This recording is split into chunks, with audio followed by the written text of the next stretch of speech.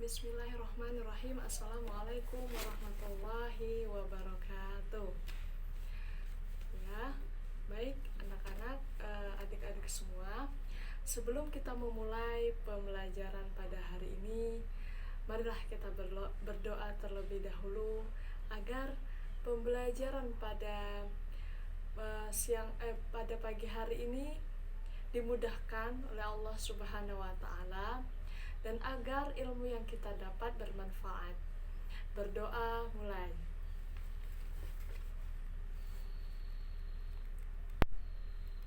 Berdoa selesai. Ya. Di sini saya akan menjelaskan materi pembelajaran kita, yakni bukti keautentikan dan kemukjizatan Al-Qur'an. Nah,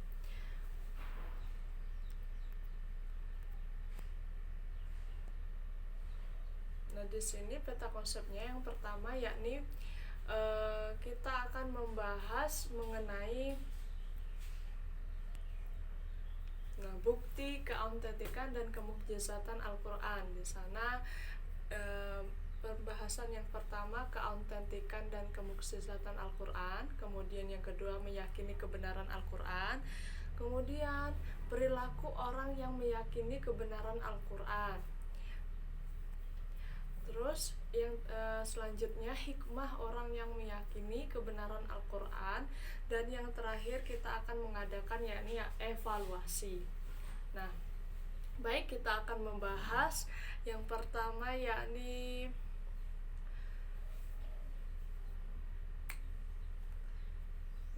kita akan membahas keautentikan dan kemukjizatan Al-Qur'an. Nah, di sini juga dibagi beberapa. Yang pertama bukti keautentikan Al-Qur'an. Yang kedua yakni yang menyampaikan Al-Qur'an. Siapa yang menyampaikan Al-Qur'an? Terus kepada siapa Al-Qur'an diterima?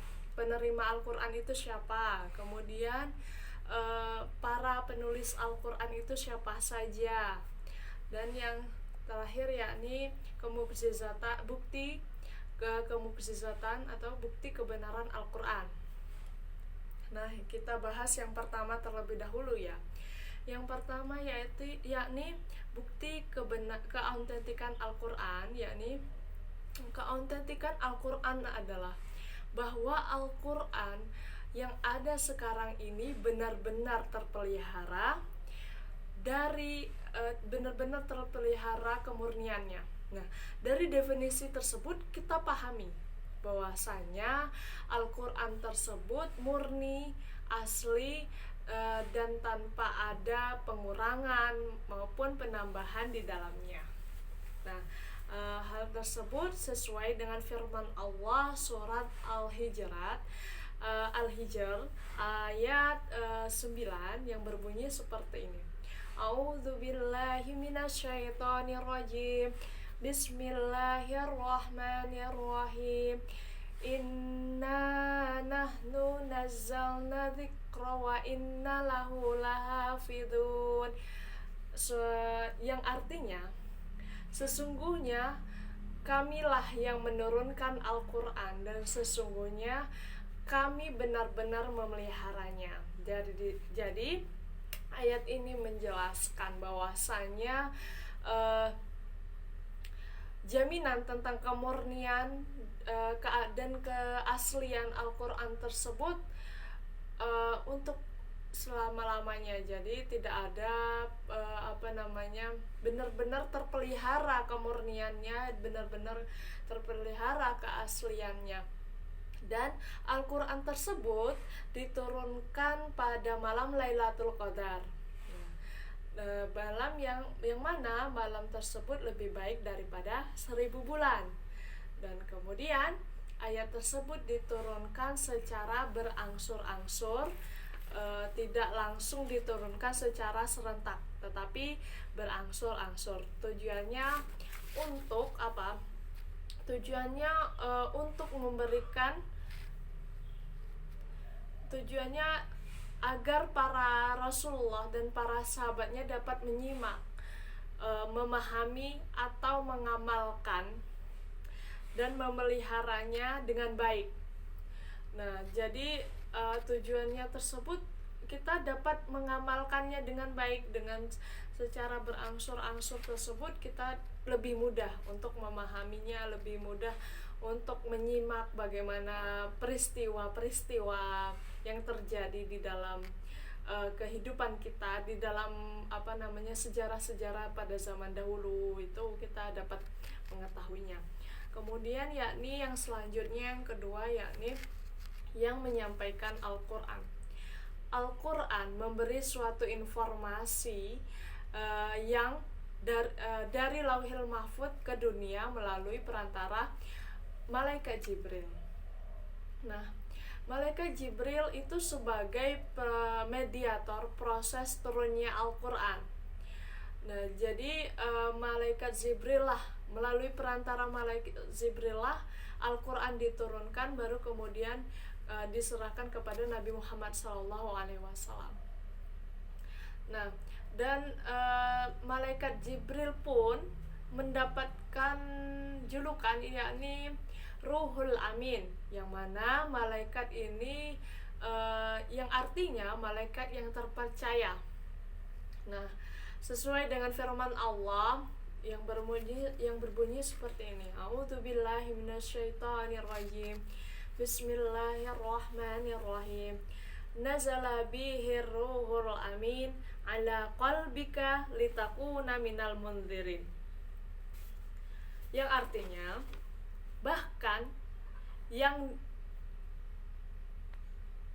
dibawa turun oleh Ruhul Amin atau Jibril ke dalam hatimu itu kembali ke Muhammad, agar engkau termasuk orang yang memberi peringatan.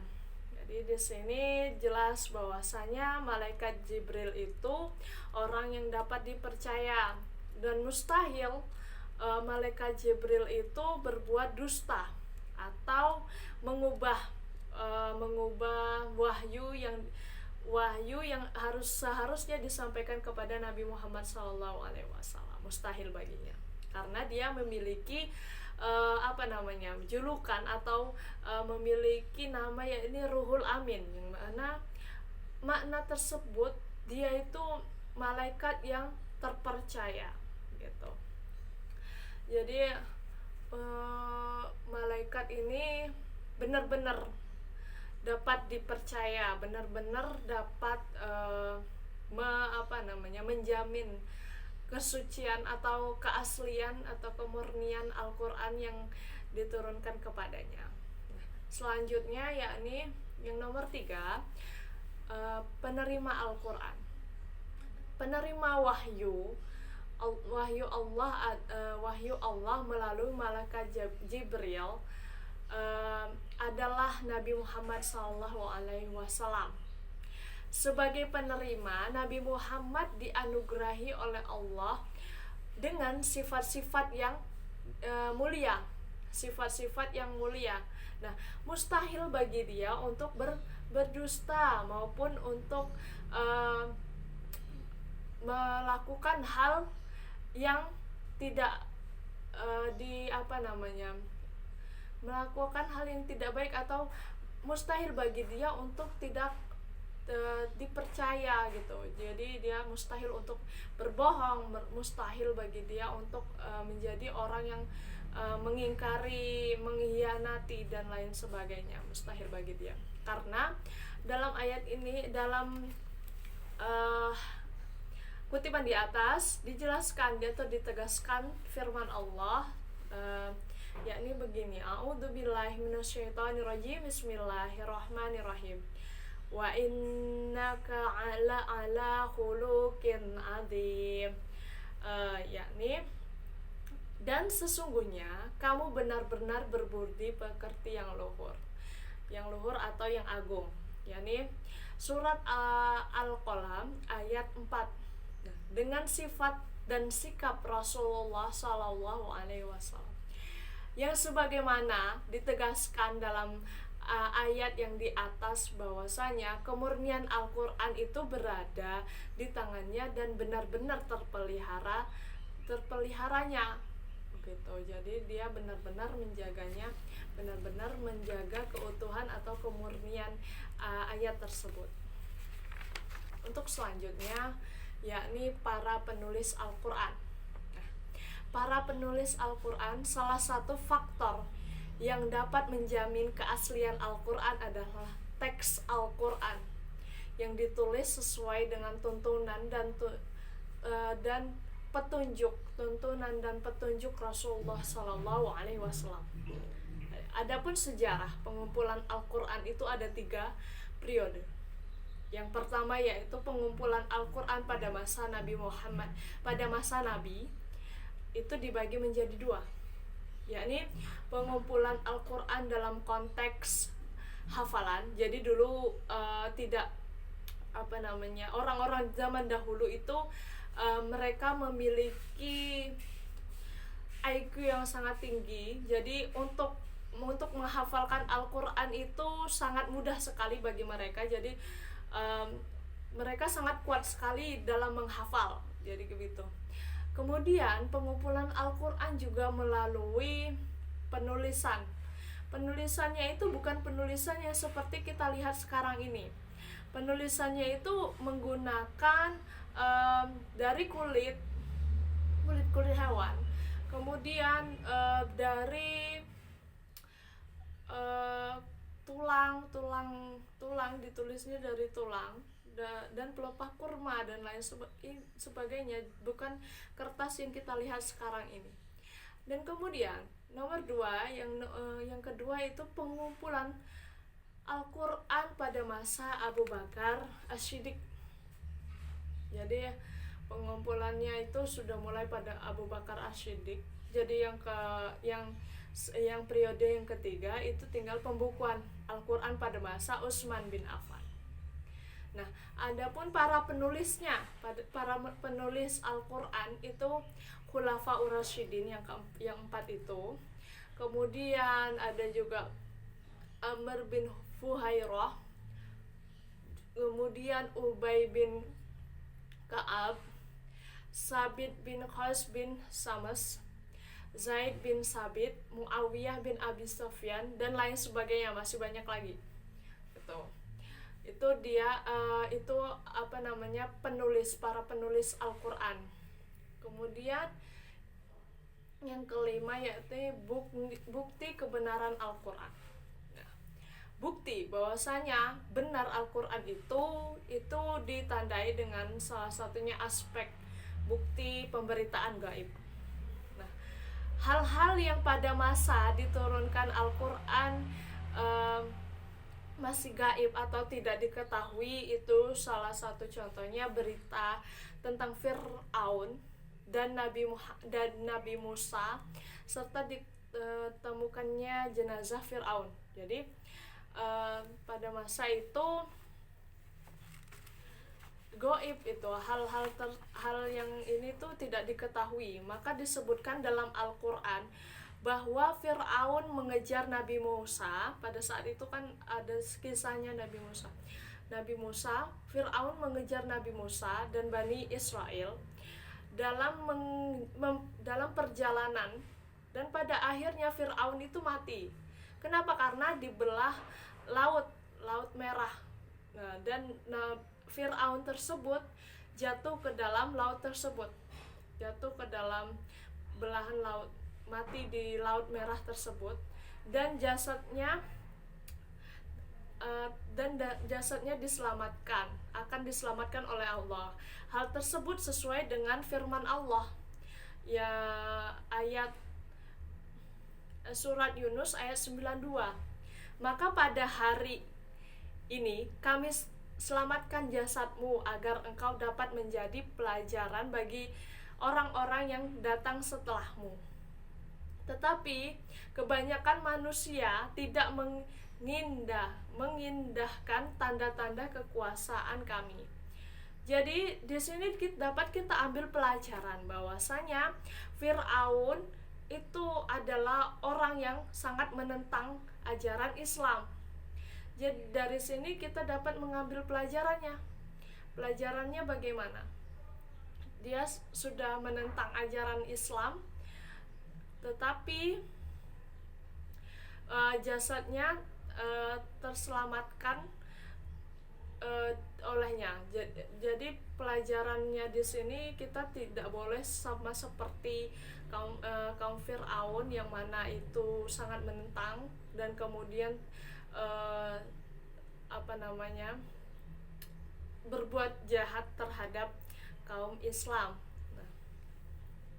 Namun perihal diselamatkan jasad Fir'aun ini tidak disebutkan di dalam Al-Quran. Perihal ini tidak disebutkan di dalam Al-Quran, hanya saja disebutkan di dalam sebuah cerita saja. Ini di sebuah cerita ada seperti ini, bahwasanya ada yang mengatakan bahwa jasadnya Fir'aun ini diselamatkan, tetapi di dalam Al-Quran tidak ada tertulis. Kemudian yang B, ini kemukjizatan Al-Quran. Ya, sebelumnya sudah tahu kan apa itu mukjizat? Ya, mukjizat secara bahasa ya ini melemahkan atau mengalahkan lawan. Kemudian secara istilah, yakni suatu hal yang luar biasa yang membuktikan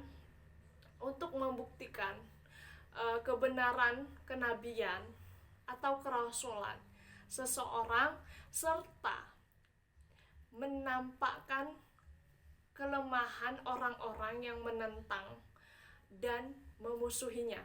Jadi gunanya di sini bukan untuk menyombongkan diri, tetapi gunanya ini untuk menentang orang-orang, untuk melemahkan orang yang menentang maupun orang yang memusuhinya, orang yang ini memusuhi atau menjahatinya gitu. Sampai di sini sudah paham? Ya. Kita lanjut selanjutnya, yakni adapun syarat-syarat dinamakannya itu mukjizat. Itu ada 5. Yang pertama, mukjizat adalah sesuatu yang tidak sanggup dilakukan oleh siapapun kecuali Allah, selain Allah Subhanahu wa taala yang menunjuknya. Kemudian mukjizat, sesuatu yang menyalahi kebiasaan atau tidak sesuai dengan kebiasaan. Mukjizat di sini sesuatu yang tidak pernah kita lakukan gitu. Maksudnya tidak biasa kita lakukan. Itu yang dinamakan dengan mukjizat. Dan itu pun hanya orang-orang tertentu yang dapat diberikan mukjizat tersebut. Kemudian, mukjizat harus berupa hal yang dijadikan saksi seseorang yang mengaku bahwa risalah ilahi. Jadi harus adanya saksi yang mengaku bahwa dia adalah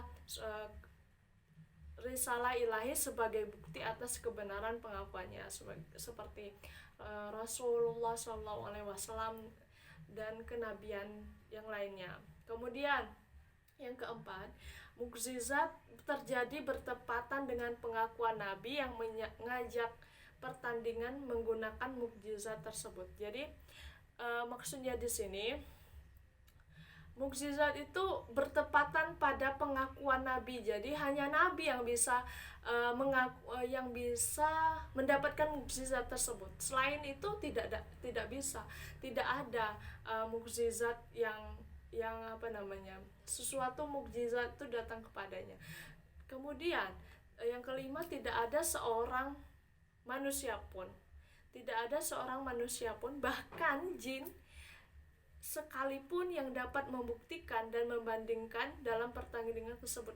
Jadi tidak ada manusia pun, siapapun yang bisa mendapatkan mukjizat tersebut. Bahkan jin saja tidak mendapatkan mukjizat, hanya orang-orang tertentu yang mendapatkan mukjizat tersebut. Jadi dikatakan mukjizat itu hanya orang-orang tertentu saja yang bisa mendapatkannya gitu.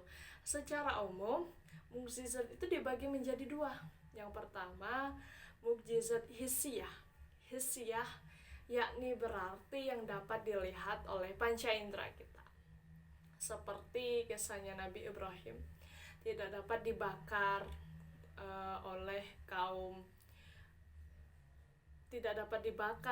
kemudian lagi Nabi Muhammad keluar air melalui sela-sela jari.